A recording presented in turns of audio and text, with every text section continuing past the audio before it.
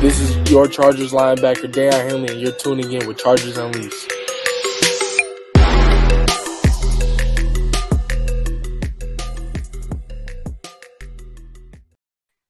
Welcome to a special live edition of Chargers Unleashed. Jake Hefner and Daiyan Wolkenstein here with you from the LAFB Network. Today's show, of course, being brought to you by BetOnline Athletic. I almost lost it there for a second, Dan. I did actually lose it for a second, believe it or not. Woo! Talk about just a day that we're live. Everything. Yes, totally out of everything. That is probably the first time on a live show that I have ever just fumbled the entire ad read. But if this is your first time tuning to the show, make sure to hit that like and subscribe button on YouTube. You can also follow us on Facebook, Twitter, Instagram, Spotify, and Apple Podcasts. Dan Wolkenstein, obviously, in the first 5 seconds of the show, I'm not ready for it. But I'm going to shift it over to you because you seem like you're ready to talk. I know everybody in the comment section is ready to talk. Yes. Welcome to Chargers Unleashed. I will finish it for you, Jake. This episode is brought to you by Athletic Greens, Rock Solid Sports Memorabilia, Aura, Mint Mobile. And so online. See, gonna get there in a bit. See? You gotta get them all. And yes, leave it to me. Maybe I'm still feeling jet lagged from my vacation that I fumbled that up. But happy to also have join us, Mr. Ryan Daiyan, of course, from the LAFB Network. We're gonna bring him in here in just a second. But Dan, it's game day. I know we're all kind of braving the weather of what's taking place right now. What is up, Ryan? How's it going, sir? What's up? Sorry, guys. Was a scramble to get on here and had to make myself a hot toddy in honor of Jake being back from vacay. So, but made it. So thanks for having me and excited to talk Chargers ball. Jake is quite the hot toddy. I agree. You're with him. Look, sure is. We all know how these Chargers Unleashed live shows go. They can sometimes go off the rails, but you know what? That's what we're all here for. The virtual tailgate. Look, we all have nothing better to do. LA seems to be getting shut down rather quickly. Due to hurricane or tropical storm Hillary. So fun times happening here on Chargers Unleashed. This is live. You know the deal. Put the comments, questions, topics, you name it in the chat. We'll do our best to kind of bring them up live as we go. Ryan Daiyan repping the fourth and Staley.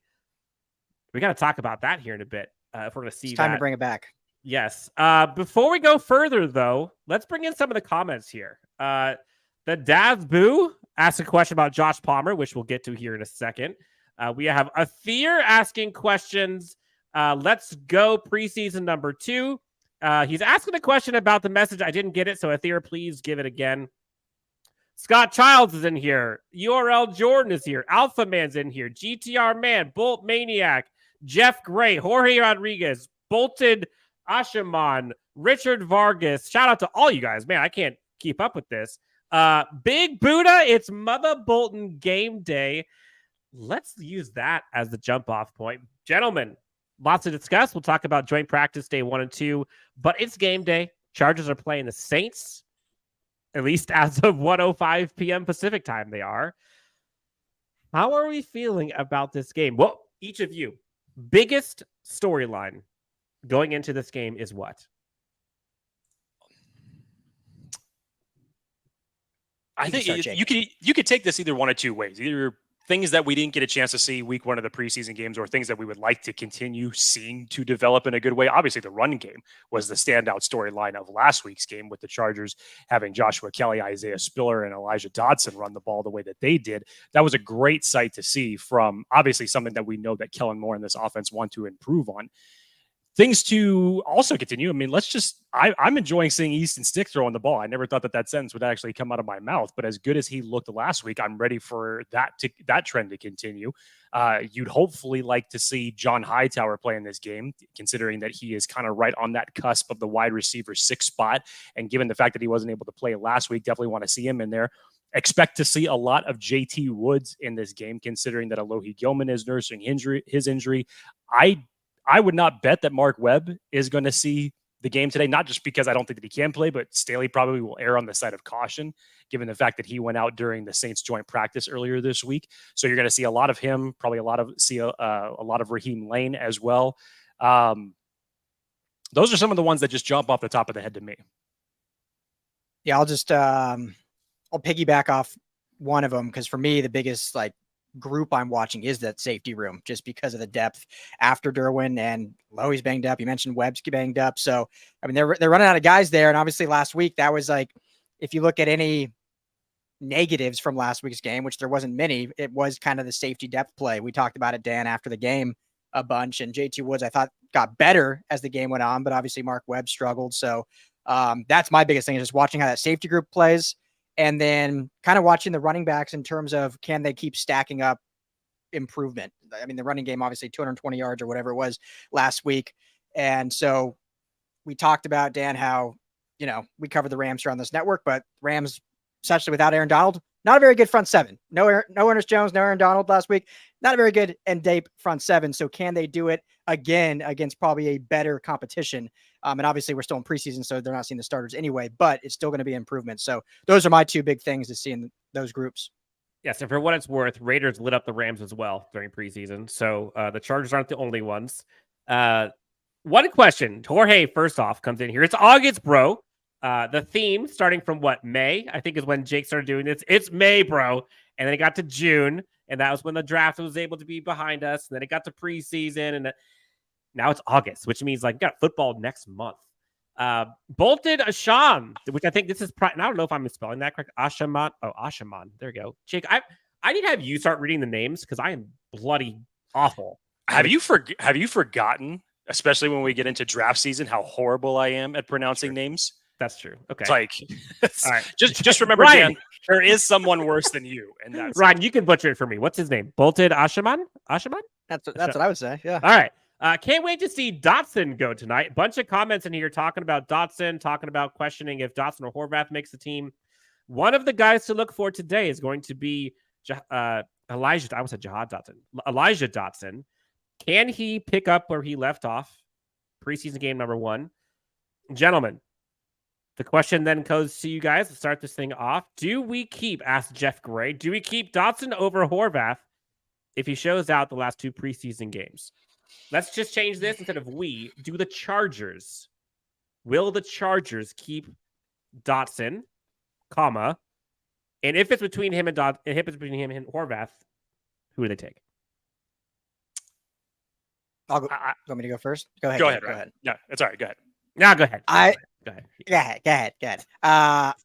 I would say, and we got 2 games still, and luckily I like now that they changed it to where it's just like the massive cut day at the end instead of like going slowly, because you can really evaluate more. As it sits right now, as electric as Elijah Dotson looked, to me, the only way they keep him is if they're cutting Joshua Kelly or Isaiah Spiller, which I don't think it's either of those is happening. I just think Horvath gives you some other element to this offense that they wouldn't have without him. Now, if they decide they don't need that element, then Dotson's a nice little speed piece. But with the depth they have, it'd be hard for me to see. But that could change. Just as it stands right now, that's what I would say. Jake Hefner. Elijah Dotson. Is he on the 53? It's tough to predict that right now. Is he on the bubble? Yes. Do you put him as the potential ones to put on the roster over any other position group? Yeah, you'd probably say he's at the top part of that list. But as Ryan said, it's just like, obviously you have Ekeler, you're going to have Kelly, you're going to have Spiller.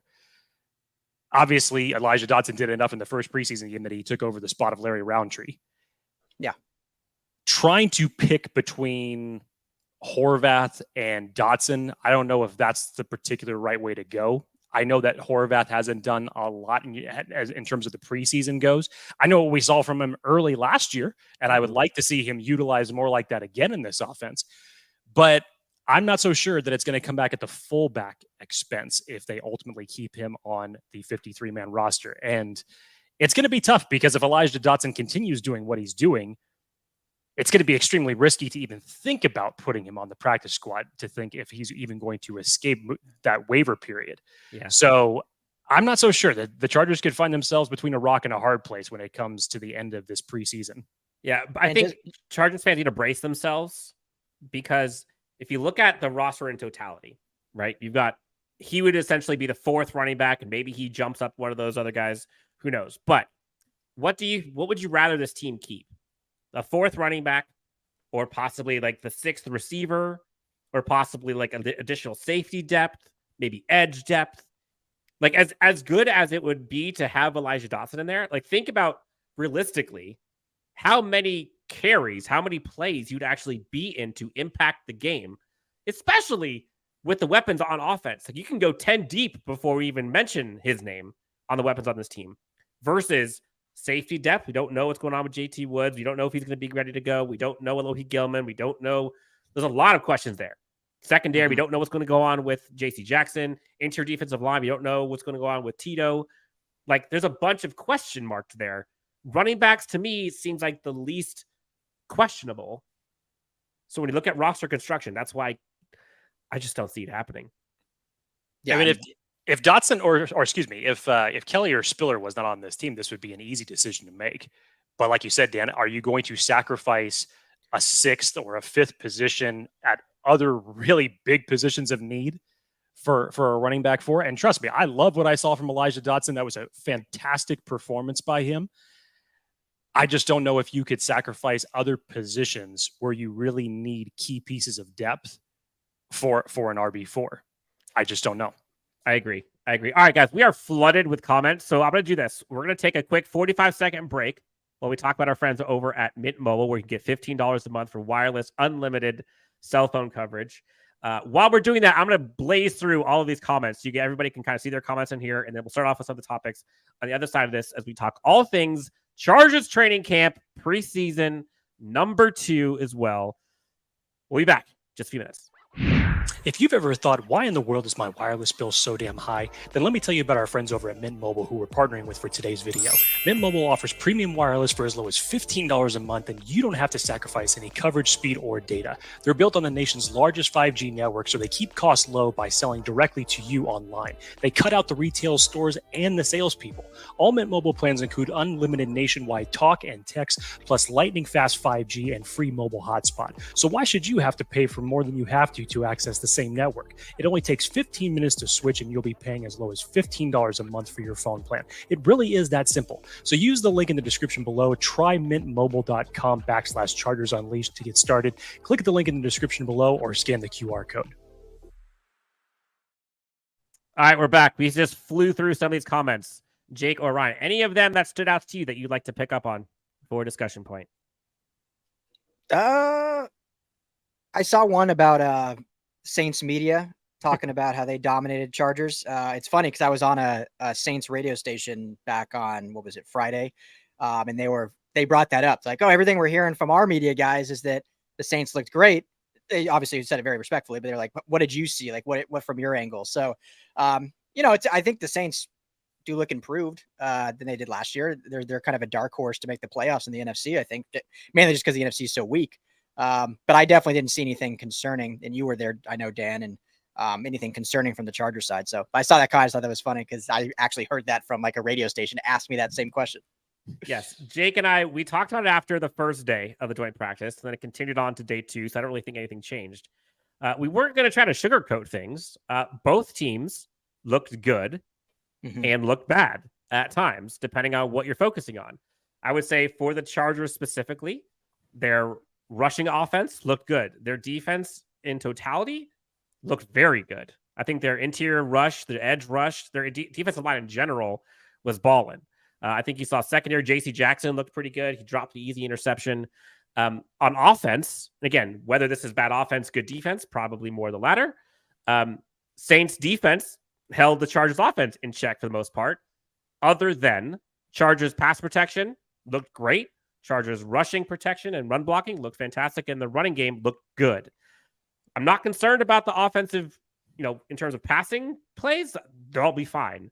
They're going up against a pretty darn good Saints defense as well. But the things that I think the Chargers fans are most concerned about, defense, running game, those are the 2 things that I saw that looked good. But for people saying the Saints dominated the Chargers, like, it's just not true. Like, whatever they say that the Saints did, the Chargers can say the exact same thing. So depending on what you're going to kind of pick up on, like if you want to take quick little cherry picking things, that's fine. Whatever. Jake, thoughts? I guess we'll see for real in 3 hours. Yeah.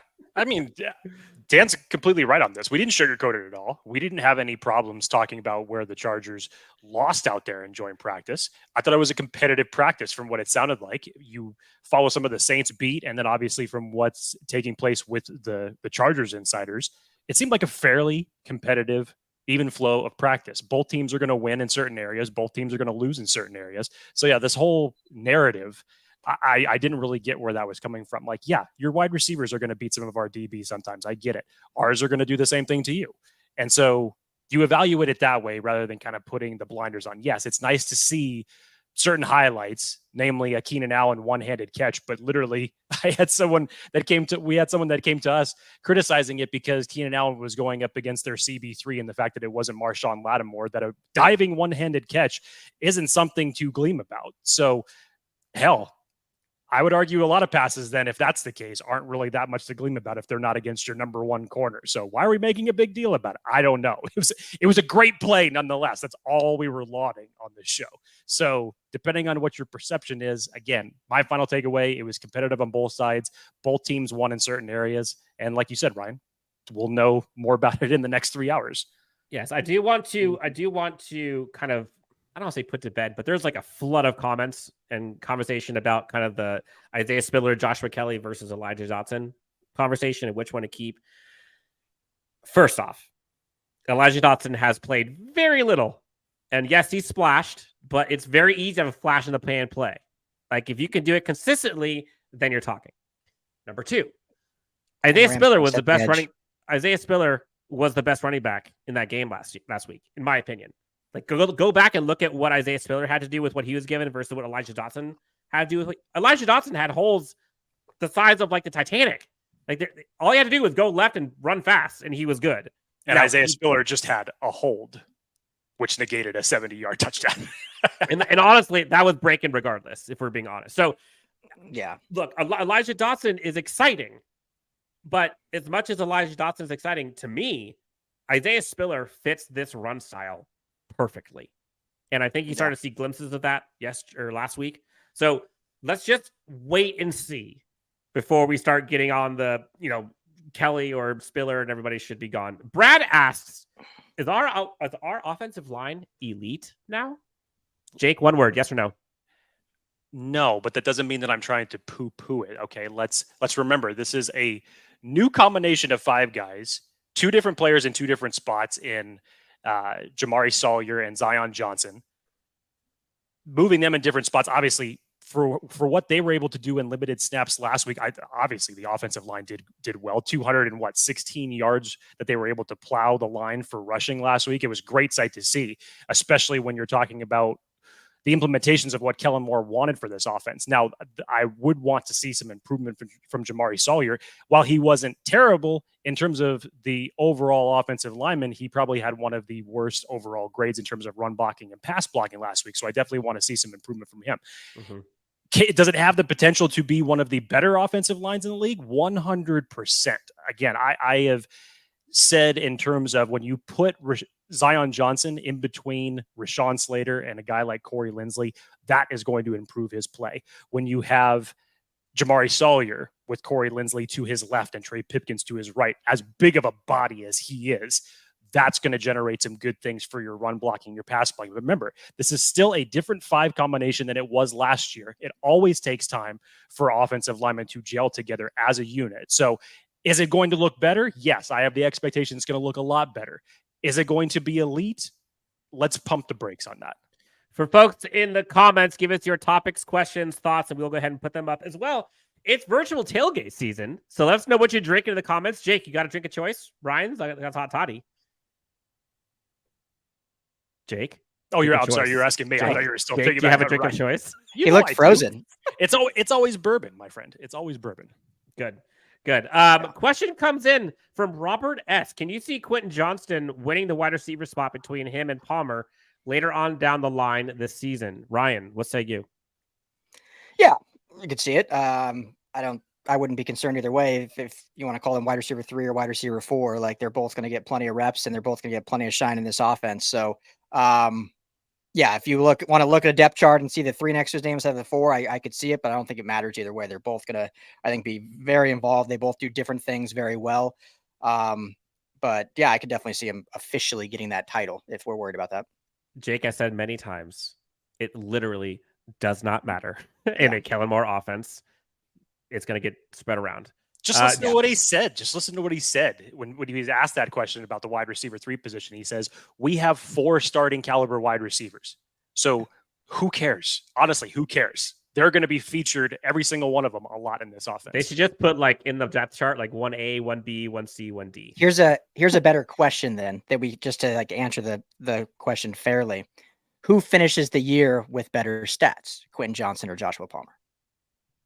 Okay, I had this conversation with the director yesterday, and it was loosely about this.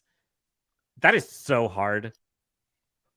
If I had to put money on it, I think it's going to be, I think Quentin Johnston will have more yards. I think Josh Palmer will have more receptions.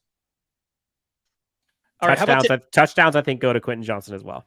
How about take this line, Dan? So Josh Palmer last year, 72 receptions, 769 yards, and 3 touchdowns. Under. Well, not for him. Does Quentin Johnston eclipse that? If you just put a line for him, does he eclipse those numbers? That's a damn good season for him if he eclipses those numbers as a rookie, as wide receiver 3 or 4. Because Josh Palmer did that mainly being wide receiver 1 for many weeks. So no. I don't think so. Ryan?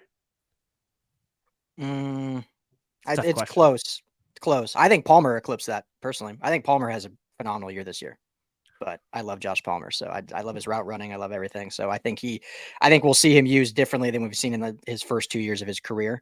But it wouldn't shock me. Like, obviously I knew you need to mathematically like add these up correctly, so you're not giving Justin Herbert 10,000 yards passing. But it wouldn't shock me if, Mike Williams and Keenan Allen are both over, 11, 1,200, and then Palmer and QJ are both in that 700 to 900 range. That wouldn't shock me. Damn, Ryan's going off. Big Buddha's drinking Hennessy and raspberry simply lemonade. On the other side of the spectrum, Jeff Gray's drinking coffee and water because he's at work. I'm putting coffee and water in quotes. Come on, Jeff. You don't got to lie to us. Hot take or fake take? Dan and the director together for a fun show yesterday. Yes. Shout out to the director. Tons of fun. That was a great show. Thank you. We talked about this. Athir also said he's smoking cigars and coffee. Attaboy. Sounds like what Hollywood used to do at like the movie studios. You want bacon on your cigarettes? Of course I do. Bolton doing shots of Jägermeister tonight. Oof. I didn't even know they made Jaeger still. You have a better stomach than I do. That's for sure. Joseph's doing Modelo Michelada time, which that sounds fantastic. We got Joseph. We got Pozole on the stove right now, so definitely gonna have some Modelo and Michelada later. Why you got to talk about that right now? Wife's got 2 big pots. I had to go to the store to get some pork, and yeah, we'll be eating good here soon. It's perfect Pozole weather. Okay, one thing I do want Chargers fans to remember. And I asked the question recently of, do you think the Chargers could have 3,000-yard receivers? And like immediately, first thought is like, oh yeah, totally. We totally could. But then I want to throw these names out. And you tell me how this is going to happen. Okay. Offensive weapons, we talked about at the top. Obviously, Mike Dubb, Slayer, Josh Palmer, that's 3. Then you got Quentin Johnston, that's 4. Then you've got Gerald Everett, that's 5. You got Donald Parham, that's 6. Austin Ekeler, that's 7. Let's just use any of the running backs, 2. So that's 8. Then maybe Darius Davis or John Hightower or Jalen Guyton, that's 9. That's 9 guys. That's 9 weapons that are going to be receiving catches from Justin Herbert. It is awfully tough to have 3 1,000-yard receivers when you have that many weapons and you go that deep. It's one thing if you have like 3 good dudes and then the rest suck, right? Like if we're talking about like the Miami Heat of old or Lakers where they just go crazy high top end and then just the rest is minimum wage guys. That's just not the case. And so I hope to see spread the wealth. I want to see like rising tide lifts all boats. But a 3K in 3 receivers, that's hard to do when you have this much talent on one team. So, Jake Hefner, player who needs to step up the most this preseason game. Or I should say, player who has the most to prove this preseason game. I think low-hanging fruit, you would probably expect that Quentin Johnston would want to have a better game than what he had in week 1. Yes, it was very nice to see him go back into the game in that second quarter in that 2-minute drive and ultimately score the touchdown. I thought that was a good thing for him in terms of moving forward and his confidence, given what had happened in the prior quarter with those drops. And some of them weren't all his fault. One of them was a great defensive play from the Rams secondary for the deep pass that was thrown. But yes, he needs to obviously get the drops out of his system. He is a rookie. Let's all remember that. But I think that internally, he knows that he would want to have a better game than what he performed at in week 1. So yeah, easy one right off the top. It would have to be Quentin Johnston. Lee, shout out to Bruin. Game day here. Wish they moved it forward. 12 a.m. start time here in Ireland. Shout out across the pond. Sipping a Jameson. Attaboy. My friend. Athir asked a question for Ryan. Will Stick play 3 quarters tonight? And how much will Quentin Johnston play? What are you expecting?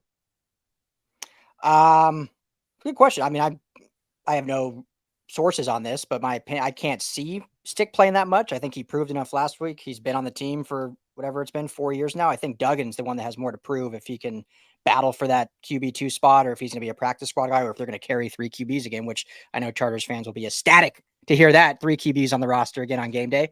So I wouldn't see Stick playing more than a half. But I mean, it was fun to watch him, so I'd love to. And QJ, what was the question about QJ? Will he play more, or how much will he play? I think the question was, how much will he play tonight? Gotcha. I'd say a half still. I think a full half. I think, like Jake mentioned, and we talked about it, Dan, I was very pleased that they put him back out there, because I said, Jake, you weren't on, but when I was talking to Dan, like when you play receiver, like I played in high school, not very well, but I did play in receiver. You get a couple drops, you start getting the yips. Like it can be a bad trend. I mean, just look at Jerry Jeudy's career up until now. Like, guy had That's a good point. Phenomenal hands, and all of a sudden 3 years in, he's qualified as a guy that can't catch the football. So when you start having drops, you need to stamp that out quickly. So I was super pleased they put him back in. He gets the touchdown, and hopefully that's it and beyond him. Because if we start seeing some more drops in this game, then it's like, okay, this is a theme now we need to really tackle and get rid of. So I think he plays a whole half just to truly get, confidence and feeling like what he does in practice translates over to the games, and he's truly vying for that pseudo wide receiver 3 spot. So I think we see both Stick and QJ play one half. Jake's going to be taking the reins here for a second, some questions to answer, but Ryan, let's flip it over to you real quick. Player who has the most to prove today. I mean, another probably low-hanging fruit, but I'll go JT Woods just because I think there's so much to prove at that back end at safety depth. And, obviously Derwin and Alohi's going to be your starter, but we know Brandon Staley, I say it all the time, like he doesn't call corners and safeties as DBs because they play all over the place. And if JT Woods, wants to get on the field, he's going to have to prove he can play kind of in all over, but also if there's, God forbid, an injury, like he's basically the next man up at this point. So I think he's definitely got a lot to prove. And like I said, I think he did improve as the game went on last week. But he'll go against better competition tonight, probably getting that early start. So love to see JT Woods. I love that draft pick. And if he can get his, tackling shirt up, if he can get his pursuit angles better and not have any, bonehead penalties that give you 1st and goal from the 1, then I'll be happy with his performance. And he looked good in joint practice as well, by the way. Yes, which is great. Dan, normally we would save a question for like this towards the end of the episode, but I want to make sure that I don't lose it here. Who do you see having the best individual performance on the offense and defense for tonight's game versus the Saints? Dan, I know you love making predictions. I hate making them. So by all means, this is why this question now belongs to you. Dang, that's a good question. I think this is going to be a Hightower season. I think you're going to see Hightower ball out today. You didn't get to see him last preseason game. I think you're going to see Hightower catch something crazy today. I've been on record. I think he makes the 53-man roster with the unknown of Jalen Guyton. I think John Hightower goes on defense. Oof. I think you're going to see Daiyan Henley do something crazy. I think we're going to see forced fumble, big hit, maybe interception and coverage, but I think Daiyan Henley's going to flash today. Those are my 2 guys. Brian, how about yourself? For offense, oh man, that was Hightower's kind of my pick too. So Let's go offensive line. I think, it's hard to truly, I guess, other than just looking at PFF grades, but I think Jordan McFadden has a better game. I think he showed some good stuff last week, but would love to see some improvement there as the Chargers you guys were talking about. Are they elite or not? I think it's a very good 5. What do you constitute elite? Is it top 2, top 3, top 5? I think they're in the top 10 for sure. But the depth is where we want to see like continued improvement, which I think they've got some good pieces there. And so I'd love to see McFadden. So I think he has a solid game. And on defense, there's a lot of good storylines. I think, Scott Matlock, I'd love to see. I want to see Gerard Clark a little more involved, but I'll go with my guy, Tuipulotu, who I think had a good game last week, but I think he just continues to ball out. And, if you're a Chargers fan, a lot of you are USC fans also, but if you're not, you're going to become one because of how great this kid is. And so I just want him to keep showing out and getting this fan base behind him because I love Tuipulotu. So he's going to ball out. It took nearly a half hour for Tuipulotu's name to get mentioned on this show. And what's interesting is that normally that would be my selection, Ryan, but that he's only going to be playing a handful of snaps. So in the greater picture of things, Daiyan Henley is going to be playing more snaps than Tuli, in my opinion. John Hightower is going to be playing more snaps than Tuli in this circumstance. So I really like that pick. And for him to show out the way that he did in the limited amount of snaps that he did in week 1, I thought was very impressive. I'd also like to see Chris Rump continue to do what he has done the past couple preseasons. Last preseason, he also looked great. Unfortunately, couldn't put it together in the regular season. Now he's kind of gotten back to that. And you've even heard Coach Staley laud his work ethic. And when we had him on this show, he obviously said that he was not happy with his performance in the regular season last year. So it's good to see that, the preseason once again is treating Chris Rump right. You just got to want to see things string together and ultimately into the regular season. Yep. Joseph comes in with a question. Another punt return for Darius Davis today, or maybe a kick return? If I'm the Chargers, I'm not even having him catch punts and kicks anymore. Just maybe Elijah Dotson. Maybe that's how he can make his impact felt, is give him some reps there. But we know what we got in Darius Davis. He's good. He's our kick returner. That's a good point, actually. I would even put him back there. That's a good point. Does he have anything to prove now? Like, he literally just walk, jog, swag all the way to the end zone. Maybe you find some different ways to get him infused in this offense. I mean, I know that he caught a couple passes last week, but now let's try some different things with him. Who knows? But I'm with Ryan. You really don't have anything to prove with him. Dan, I called you literally right as halftime had been called in the preseason game. You weren't even home because you couldn't watch the game at that point in time. You had it recorded. And then your reaction to when I told you that Darius Davis had ran back a touchdown, you're like, wait, in the first game, he ran back a touchdown? Yeah. Yeah. So no, he doesn't have anything to prove. He is your starting returner. I would like to see them get a little bit more creative in how they want to infuse him into this offense. Jeff Gray comes in with a comment. Backup tight ends have some proving to do. Recently, you heard Gerald Everett on the show with Matt Money Smith and Chris Harry. For folks who have not listened to that one, very good episode, refreshingly honest in my opinion. But the backup guys, you talk about guys like Trey McKitty, Donald Parham Jr., Stone Smart, possibly.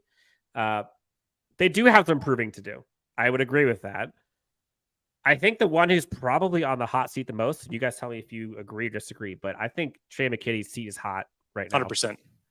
Stone Smart has flashed a bit. He made a great play in the joint practice, torching, I think, I want to say it was a free agent signing of the safety, Marcus Mays, I think. I forget exactly who it was, but that wasn't Marcus Mays. But anyways, Stone Smart, I think, could take that job. Agree, disagree? Yeah. I'll jump in first, I guess. I mean, he's looked good. The other guy I want to see Michael Ezeki too. Get some more reps and shine. He was a guy that when he signed as an undrafted free agent, I predicted potentially making the 53. Now it's very uphill battle for him, but yes, I would agree that Trey McKitty's seat is definitely hot. But yeah, go ahead, Jake. Is it hot enough to where he could be part of the roster cuts? Yeah, before the regular season. Okay, I think so. Which I agree with. I personally think something that this tight end room is still lacking is a legitimate blocking tight end. As of right now, Donald Parham is your best in that category. Trey McKitty, who you essentially drafted for when it came to blocking, what he was known for in college, just unfortunately hasn't been able to produce that. So if the opportunity arises to where some other team releases a blocking tight end that you feel could ultimately help your squad out, that might be the name that I would choose to go get one for. Yeah. Let's talk about the interior guys. We haven't talked about the interior defensive line much today. Excited. Scott Matlock has come up a few times in the comments here. Okoye flashed a little bit this last preseason game. What do you guys make of this interior defensive line? Have you seen enough to say, again, I know it's just preseason, it's only training camp, but does it look different this year to you guys than it did last year at this time? I think the Chargers have found something with their depth pieces. And Dan, we've talked about this for months. The competition for who's going to win those final spots on the 53-man roster with interior defensive line, it's just going to be brutal. It's going to be brutal to have to cut that group down, because I think you're seeing a lot more out of the depth of this defensive line. So it was great, obviously, getting the news of Austin Johnson coming back. You have Sebastian Joseph Day back in practice. You know what you're getting from Morgan Fox, who just continues, seems like just a daily occurrence that he is creating pressure and making sacks in practice. You drafted Scott Matlock. You brought in Nick Williams through free agency. Gerard Clark, who is a favorite of mine and I know a favorite of many others, as an undrafted free agent. That's about the spot where the logjam starts to get really tough, because how many interior defensive linemen do you ultimately keep on this team? So I thought it was a great showing from the interior defensive lineman in the first preseason game. Now, can you continue that? Yes. If it does continue, it's going to make the decisions for the coaching staff a hell of a lot harder when it comes to final cut down day. So yes, I've been impressed early. Let's see if it can continue. Ryan? Yeah, I totally agree. I feel like I don't need to add too much. Jake hit every kind of point, but the depth is impressive. I think this was what Staley's coming into last year. That was like the biggest point of like emphasis was obviously the run game was horrible. The run defense was horrible. The interior was, I hate calling guys soft because I mean, these are NFL players, but it was definitely a point of not a lot of success in stopping the run. And they went drastically in free agency and improved that. And in the draft, with guys like Tito and others, and obviously the acquisition of Johnston and Sebastian Joseph Day. So, and then I think coming into this year, they just build upon that. So I think I've been really impressed with, they found kind of some nice building blocks last year. Unfortunately, they were hit with the injury bug, but then they kind of built upon that and just kept stacking bricks. And now, as Jake mentioned, I mean, you have potentially 5, 6, 7 guys that can absolutely play in a rotation.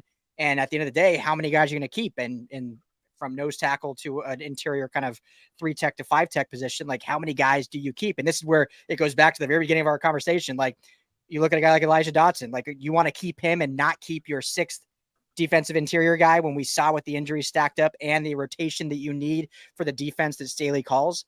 So I'm very pleased with it. And I think we see a lot of these guys make it just because of how important it is and how we've seen the injuries stack up in years past. Leandre says, you guys should collab with my baby Bolt Bro YouTuber, Michael McLean. Young dude brings the Charge content like a few others do. I hope that was okay to shout him out. Of course, that's okay to shout him out. We know Mikey Mack. We know Mikey Mack for sure. Would love to collaborate with him. Huge friend, fan of the show. Say hi to him if you talk to him. Question from Joseph. Any notable starters playing today? I know Staley usually doesn't, but just want to see. Again, keyword there is starters. Any notable starters playing today? Let's talk first. Line on both sides. Offensive line, defensive line. I feel like Zion and Salyer probably play again, yeah? I agree with that. You guys agree that? Yeah. Yep. I would think. Do you consider Morgan Fox a starter? I do. He's playing like one. Yeah, that's pretty playing like one. Damn. Yep. Any other linemen? I don't think you're going to see either left tackle, right tackle. You're not going to see Linsley. Yeah. No. You're not going to see Bosa. You're not going to see Mack. You're not going to. Yeah. Linebackers. Would you put in Palmer, Dan? Yeah, probably. You would put in Palmer. You would, or you think the Chargers will? Oh, good question.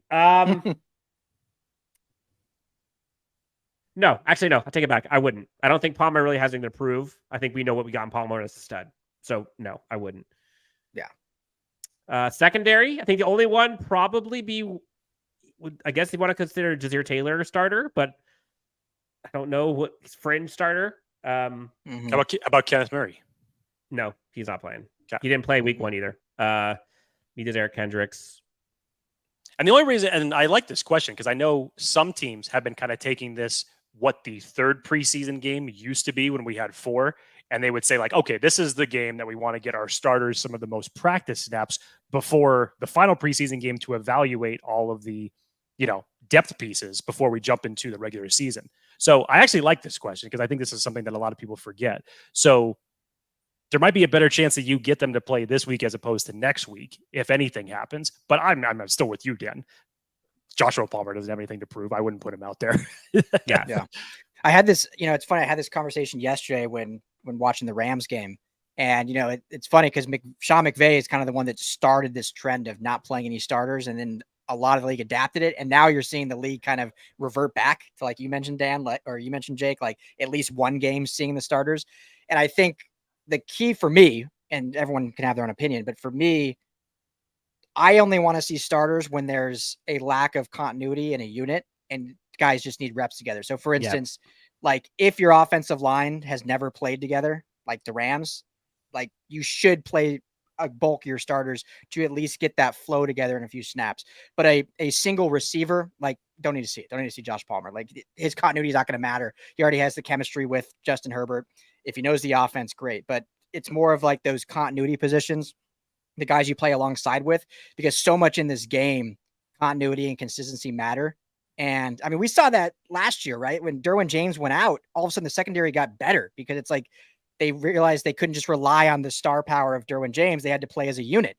And so that's the only thing I like seeing in preseason is guys that need to learn how to play together as a collective unit. Then I want to see them play. If it's just individual stars, like they're good. Like we don't need to worry about Josh Palmer or QJ. I want to see just because he's a rookie. Like the guy just needs some reps because he's, needs to get out there and stuff. So anyway, that was just my little soapbox I'll get on.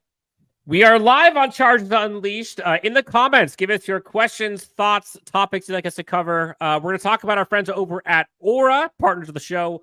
They do identity theft prevention. You can get rid of all of the spam, all of the robocalls that keep calling you and annoying you. They can protect your identity from getting stolen or hacked or your money being taken from you. We'll be back in 50 seconds after our friends over at Aura give a message by the one and only Jake Hefner. But again, give us your thoughts, comments, questions. We'll talk about it on the other side. Have you ever Googled yourself and were shocked to see your personal information exposed on one of those public listing sites? Data brokers are making a fortune selling your information to robocallers, spammers, and others who want to learn more about you, like where you live. We've been trying to reach you concerning your car's extended warranty. That's why I'm excited to tell you about today's sponsor, Aura. Aura can identify data brokers exposing your info and submit opt-out requests on your behalf. And brokers everywhere are legally required to remove your info if you ask them to, but they make it super hard to do. So let Aura handle that for you. You can try Aura for up to 2 weeks using this link that we're going to put up here on the screen. Aura also does so much more to protect you and your family from online threats that you cannot see. So make sure to check out aura.com/Chargers Unleashed to get a 14-day free trial and see if your personal information has been leaked online. All right. Lots of questions around special teams coming in here. Brad, to kick this thing off, Brad Spicoli asks, how is special teams looking? Jake, I'll kick this one to you. Pretty damn good.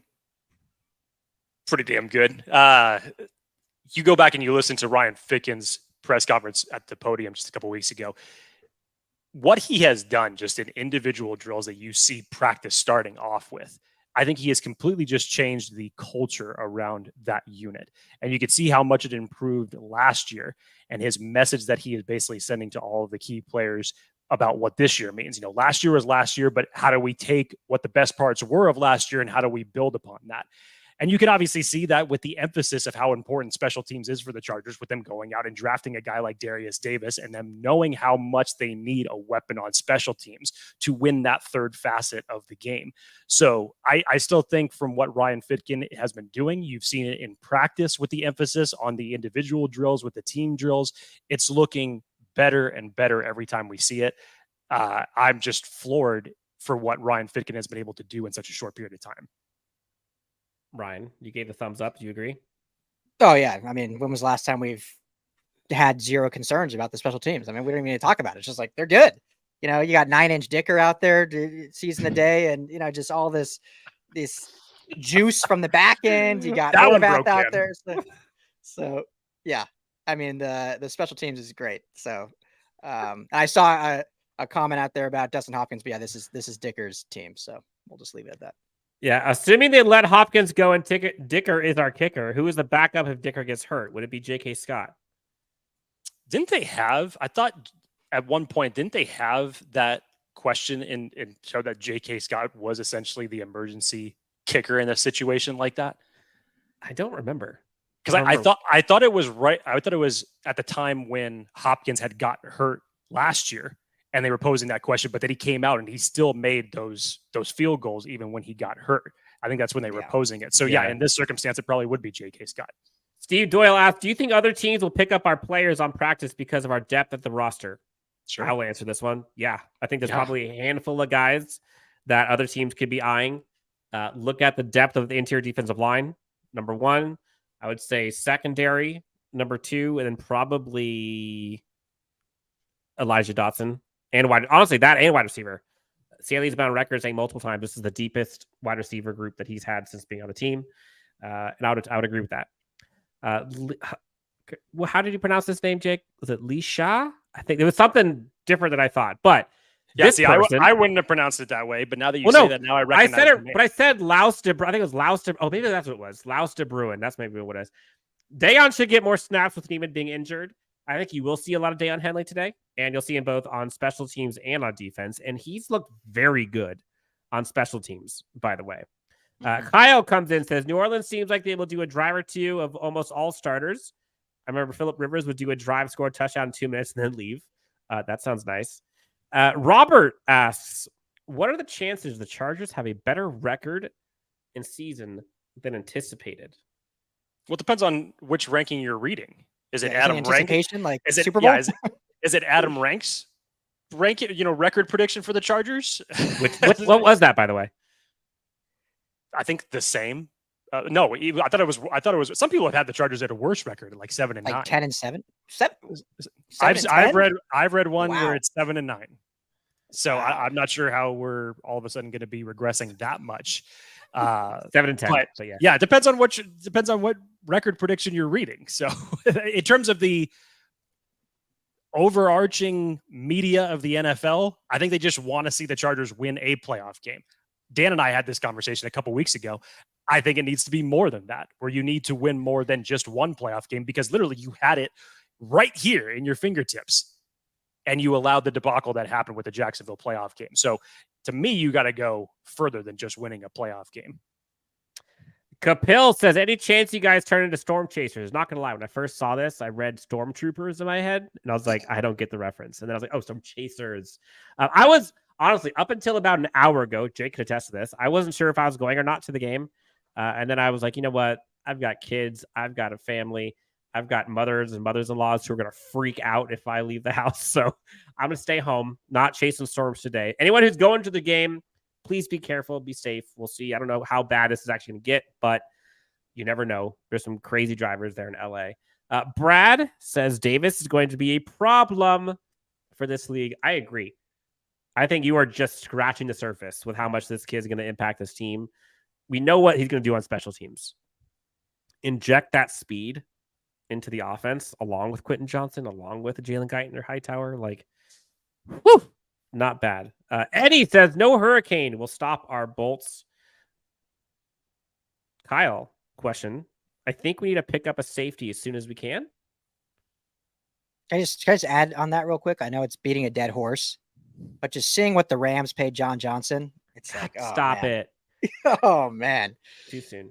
But John Johnson's starting for that team. Is that a question? I don't think so, no. Jordan Fuller and John Johnson will be those two back there. John Johnson, at best, I think, would be safety 3 on this team. You don't think he'd beat out Alohi? No, I don't. I think this team has way too much trust in Alohi. Well, obviously, I think I would love to have John Johnson. I'm not saying I don't want him. I'm just saying John Johnson wants to play. Well, and that must be what the Chargers are thinking, because if you don't not sign John Johnson for that kind of money if he's going to be your start. Like, I'm saying that very horribly.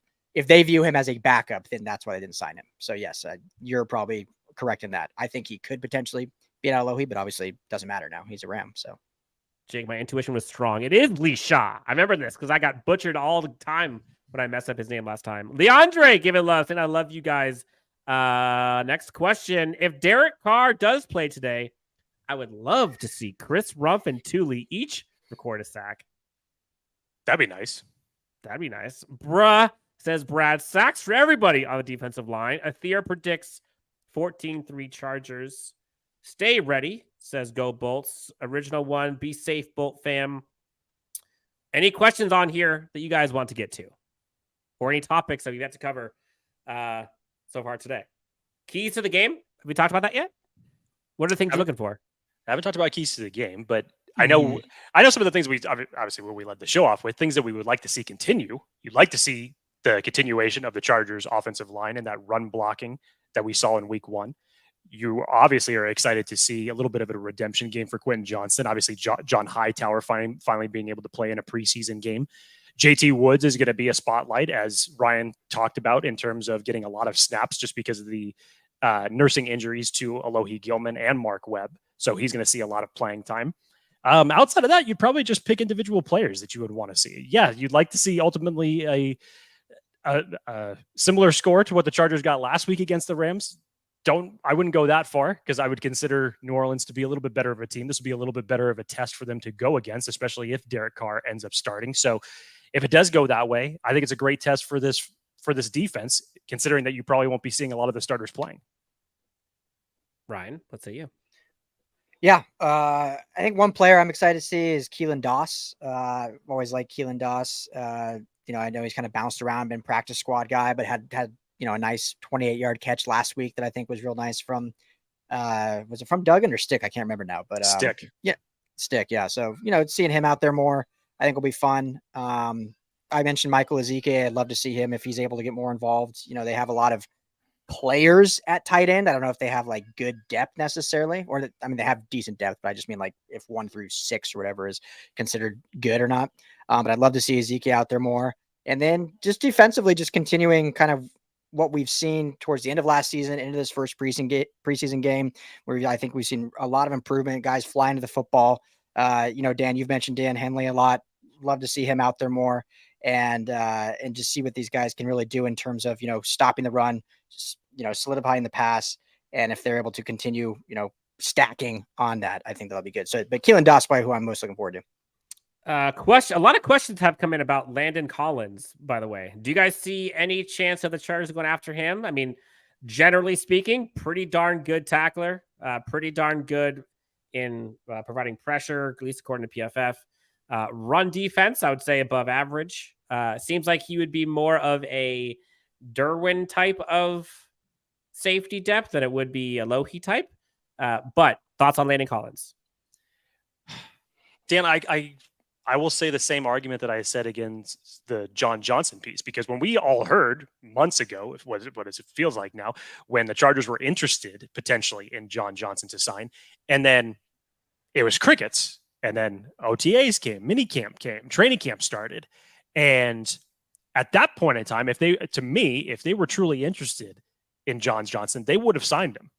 So that clearly spoke to you how confident they were in Alohi. Now, we'll see if this little injury scare makes them change their minds by the time that the regular season starts. But I feel like this is another one that if they were interested, or if they were worried with who they had at the depth, not to say that that's not an argumentative point, but if they were worried, I feel like they would have done a move like this already.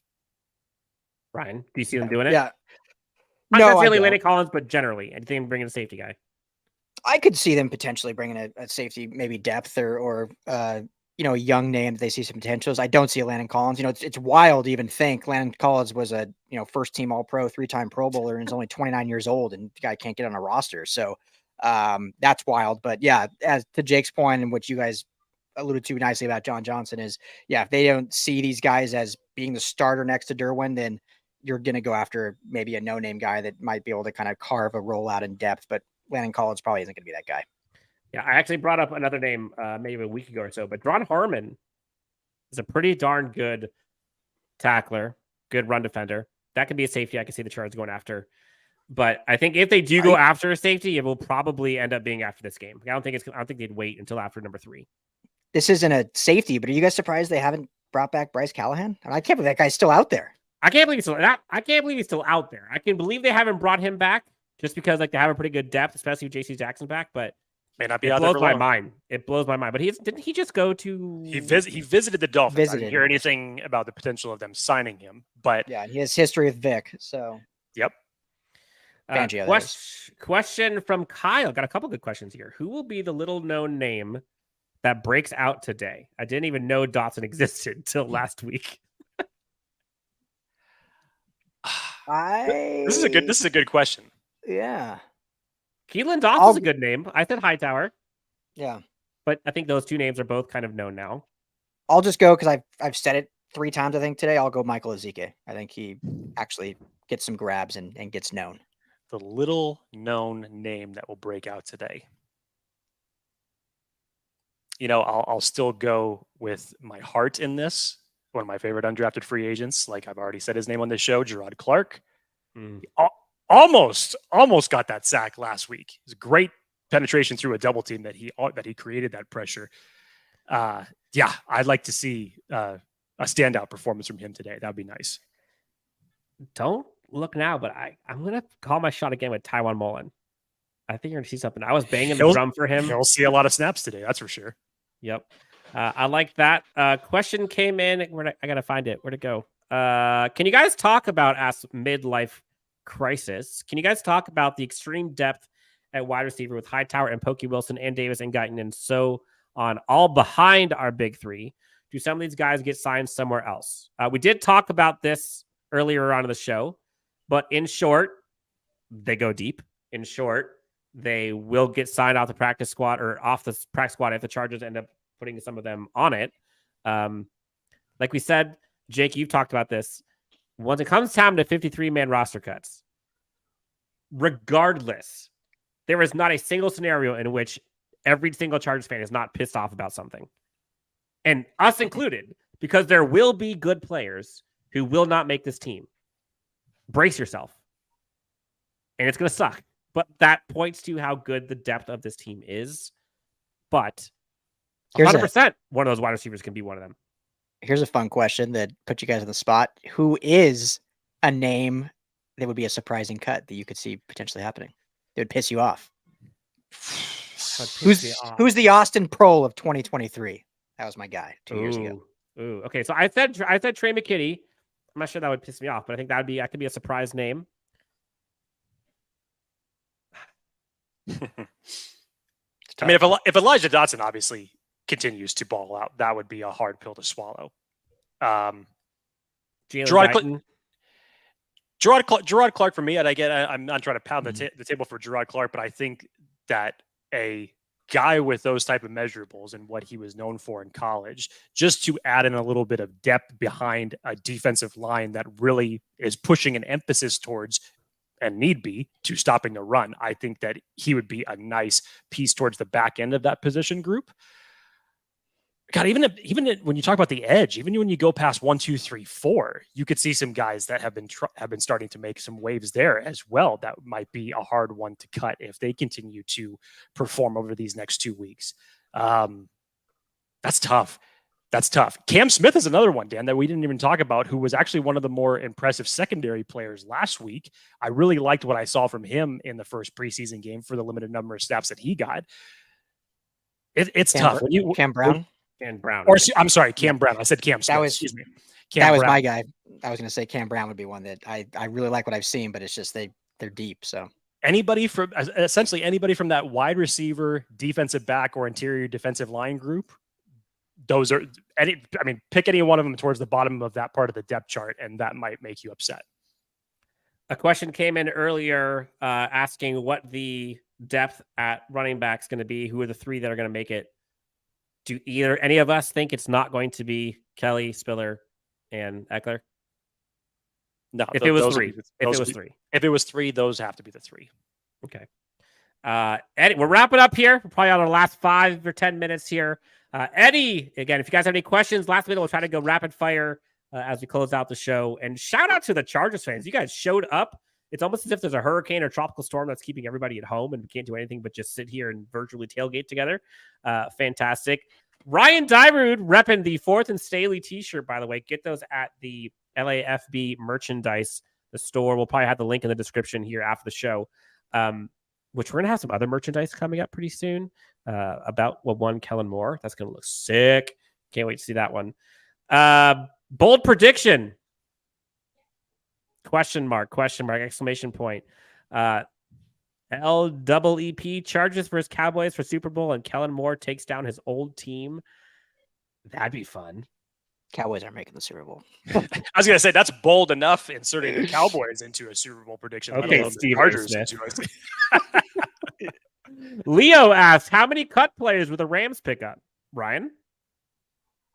I could see a few because the Rams are just, they're a super young team. So it's kind of been the Chargers have taken some of the Rams.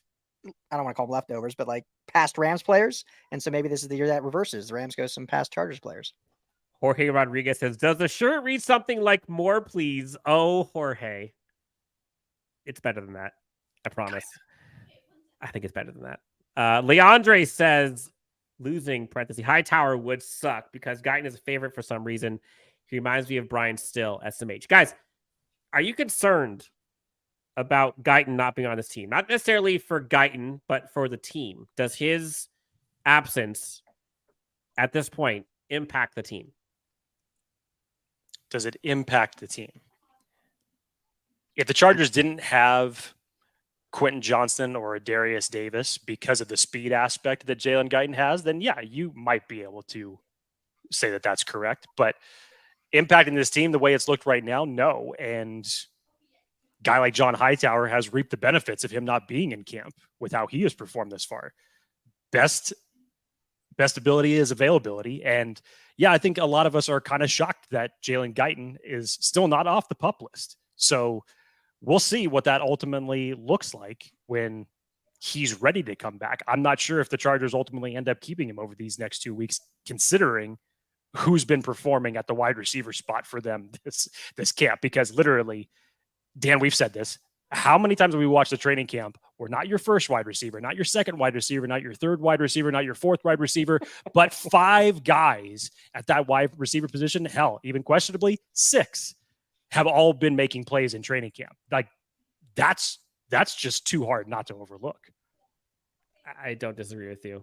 Question came in. Michael Cunningham. Any chance we see Staley go back to his 4th and Staley form again this year with his job potentially on the line? I felt like he let the media dictate his aggression last year. This is a little beefy. Jake. I think this is the year that Brandon Staley puts it together as a head coach. I really do. And I have not minced words with Brandon Staley. I think that he has done great things culturally for this team in terms of his message that he sends across. In terms of questionable coaching decisions, has he made some bad ones? Yes, he has. And he's owned up to all of those bad decisions. But I think that the coaching staff that he now has in place, especially with a guy like Kellen Moore, I think you're going to see this offense work much more efficiently. And you've already heard the message been sent by whether it's Brandon Staley, by Derek Ansley, by Kellen Moore, aggression. So do you see 4th and Staley all the time? No, I won't go that far. But yeah, you'll probably see it a lot more than what we saw last year. Ryan, you repping that shirt more this year? I mean, what's funny is I randomly know this number just because I looked it up a while ago because I've heard this a lot. In his first season, he had 34 4th down attempts. Second season last year, 29. So only 5 difference. So granted, and in his first season, 5 of those came in that last game against the Raiders in that 2 drives at the end of the game. So in reality, he did exactly the same amount from year 1 to year 2. That's just the media for you, loving to just decide different narratives that they decide on. But overall, I think we didn't lose the 4th and Staley. Maybe situationally it was a little different. We didn't see as many 4th and 2 go for it on their own 19-yard line. We didn't see as many, but you have that Browns game in week 3 or 4 when they went forward and then they ended up missing the kicks. They solved it. So I think he is who he is. In my opinion, he hasn't changed a whole lot. I think he got smarter last year. And then I think to Jake's point, this is the year that it really all comes together. I mean, I've said a lot, year 3 of a first-time coach is the year you kind of see what you have. And so I think this is the year he has the roster he wants, has the defense. He has the offensive coordinator now. There's no excuses. He's got 2 years under his belt of learning. So I think answer the question, does he get back to what he was? I think he's still going to always be aggressive. That's who he is. That's the identity and the culture he's built with his team. But he'll just probably be more rational about it, not when they're back to their own end zone. So, which is good, which is what we don't want. I may actually disagree with you a little bit, Ryan, on this one. Please disagree. I think you saw a Brandon Staley last year that was up against it all season. And I think, to put the human into this for a second, remember like what this guy had to go through, like as a coach last year, kind of keeping things together, given like first off week 2, you saw, or whatever it was, all the injuries start to pile up, and then Justin Herbert gets the rib card on this thing, and then you start seeing the offensive line go down, and then receivers are down, and then your interior defensive line go down. Like they had to weather not just the storm, but like the storms, and it was a uphill climb. And then not until we got to that like Miami game, then the Giants game, like then we started to see them kind of cook a little bit. I don't necessarily think that. I'm trying to think of how to say this, but like I don't think he had time to be that aggressive guy, because like they were trying to like scratch and claw to win it somehow, let alone like get fancy. And so they didn't really have all of the resources to do some of those ballsy 4th and Staley decisions like they did maybe the year prior. I think this year it's like an embarrassment of riches where they've got playmakers that they can give the ball on 4th down to all over the place. And they got an offensive coordinator who can get them the ball all over the place. And I think this year, this seems like the effort year for Brandon Staley. And Jake said this is the year he kind of sees it put together. I think I agree with him, but I think this is the year where Brandon Staley says, you know what? If I'm going down swinging. I'm going down having fun. And so I do Hasn't think. he done that already, though? But I don't he's already think done that. But I don't think year That's the one, criticism yes. he's gotten. Year 1, yes. I think year 2, I think the criticism people had was that he got too conservative. And to your point, he didn't really have the talent to be aggressive. So that's true. It's hard. So I think you're going to see a fun ass Chargers team this year. Let's see. Let's get to the last questions before we head out of here. If we miss the playoffs or lose in the wild card round, is Staley on the hot seat? He already is on the hot seat. He already is on the hot seat. It's probably Dan just said, this is make or break, because one way or another, Kellen Moore is going to be a head coach of a team. Could it be the Chargers if this situation ends up happening? Maybe. But we'll see. This is definitely a playoff win. I'm not just saying playoffs or bust. This is playoff win or bust for Brandon Staley. I think he knows it. Honestly, I think everyone knows it. Ryan, do you see any scenario in which he's back with the team if they don't win a playoff game? To the first part, if they miss the playoffs, absolutely not. That's done if they miss the playoffs. If they go in and depending what that game looks like, if it's another bad loss like the last one or a blown loss, then no. If it's just a hard fought game, maybe injuries or God forbid something happens. So I don't know. I'm hard to predict someone getting fired for losing a playoff game or not winning a playoff game. But it would be, I'll go with this in odds. It would be a 70% chance he would not be back if they don't win a playoff game. But it's not 100%. But 100% if they don't make the playoffs. Yes, long way to go before we have those conversations. But for now, in less than 2 hours, we got a football game. Chargers versus the Saints, preseason game number 2. Gentlemen, Ryan, Jake, any last-minute thoughts, topics, things that must be said before we let the folks get back to their drinking, to their tailgating, to their eating, to their sleeping, to whatever they're doing?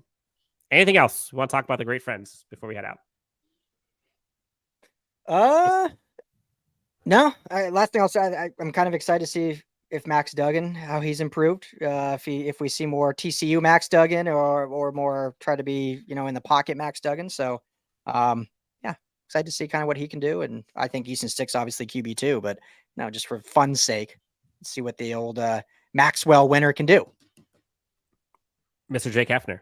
Last minute thoughts. Let's play football. Ooh, Jake, if you're playing football like at this age, Jake Hefner, what position are you playing? Or what position are you playing the best, I should say? Long snapper. I'm 38 years old and I feel like I'm 46. Okay.